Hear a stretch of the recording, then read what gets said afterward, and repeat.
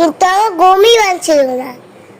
ঘুম থেকে উঠতে আমি মেলা করতে গেছিলাম, মেলা না করলে দাঁতে ফোকা হয়, মেলা করলে ফোকা সব কাল ভেতরে ঢুকে যায়। মেলা করলে আমি হাত মুখটা ধুয়ে নিলাম, আমি ওই ভাই বন্ধ করলে তুলতে বেরিয়ে আসলাম। ভেতরে বসার সময় মামিকে আমি হ্যাঁ খুঁজছিলাম।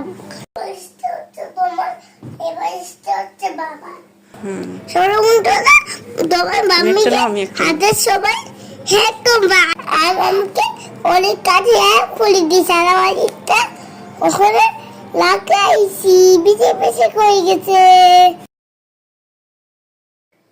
এখন আমি ব্রেকফাস্টটা চালিয়ে নিচ্ছি আর আলুতে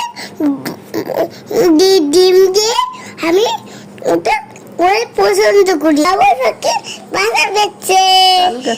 তার কাছে রুটিনটা কেমন হয়েছে এটা ওটা দেখার জন্য থ্যাংক ইউ।